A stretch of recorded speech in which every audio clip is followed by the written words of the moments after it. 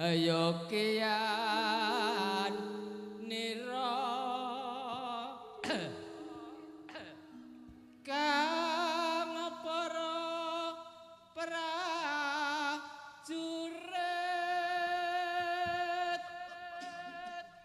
Waduh, diteke nyamuk. Lamun bisa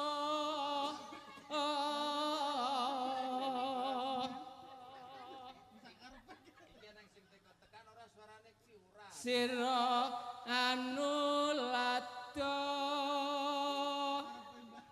duwe nguni caritane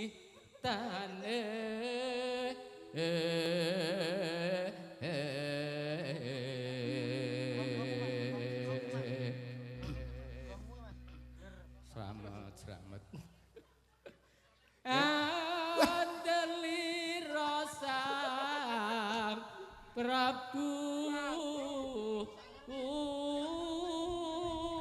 itu lho Mas Iki aja ngurusi Sinoman wis ben sasra bahu ing maes pati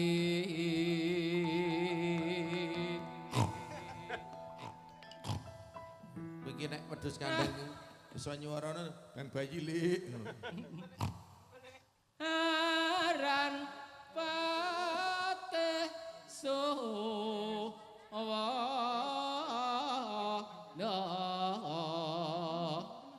labuhan nipun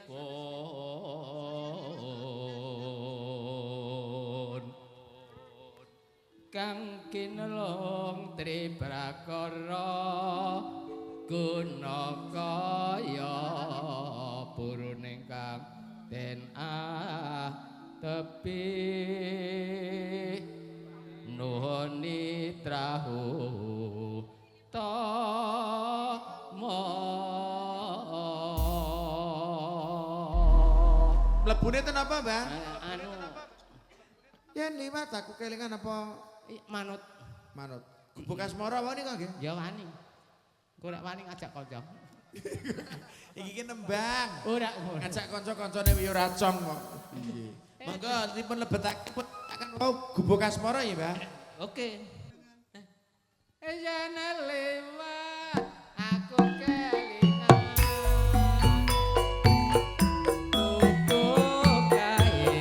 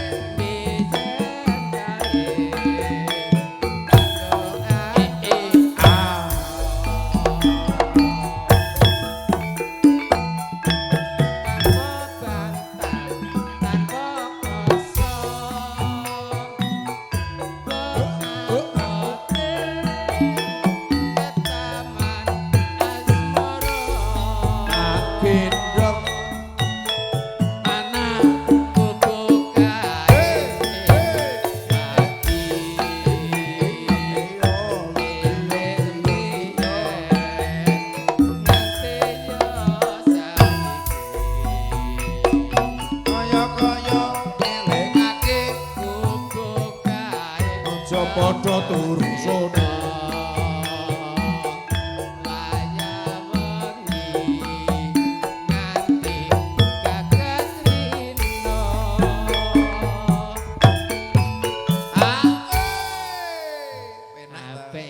seraginan garapane banyu putih aku ati edel utang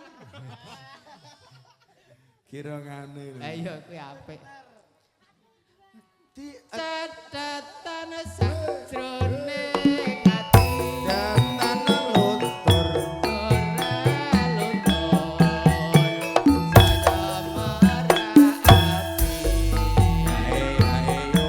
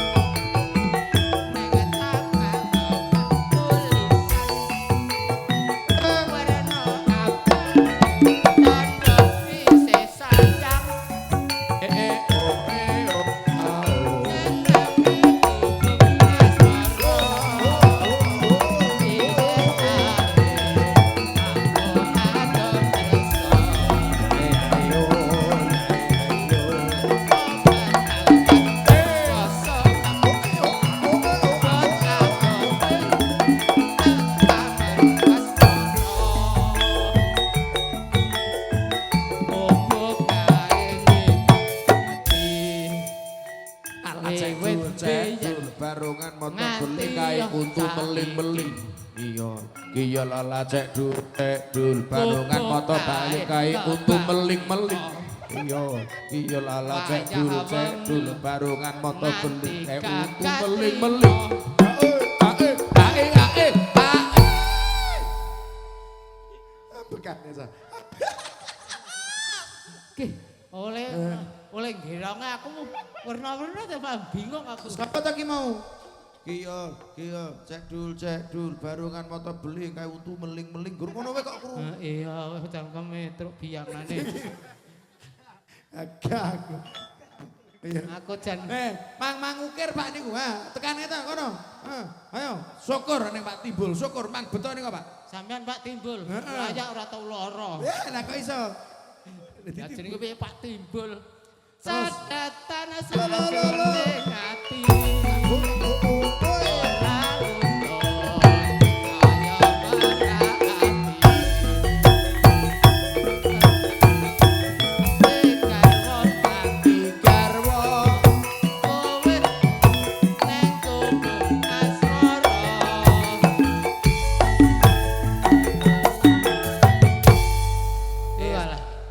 Ngaturaken sugeng rawuh ingkang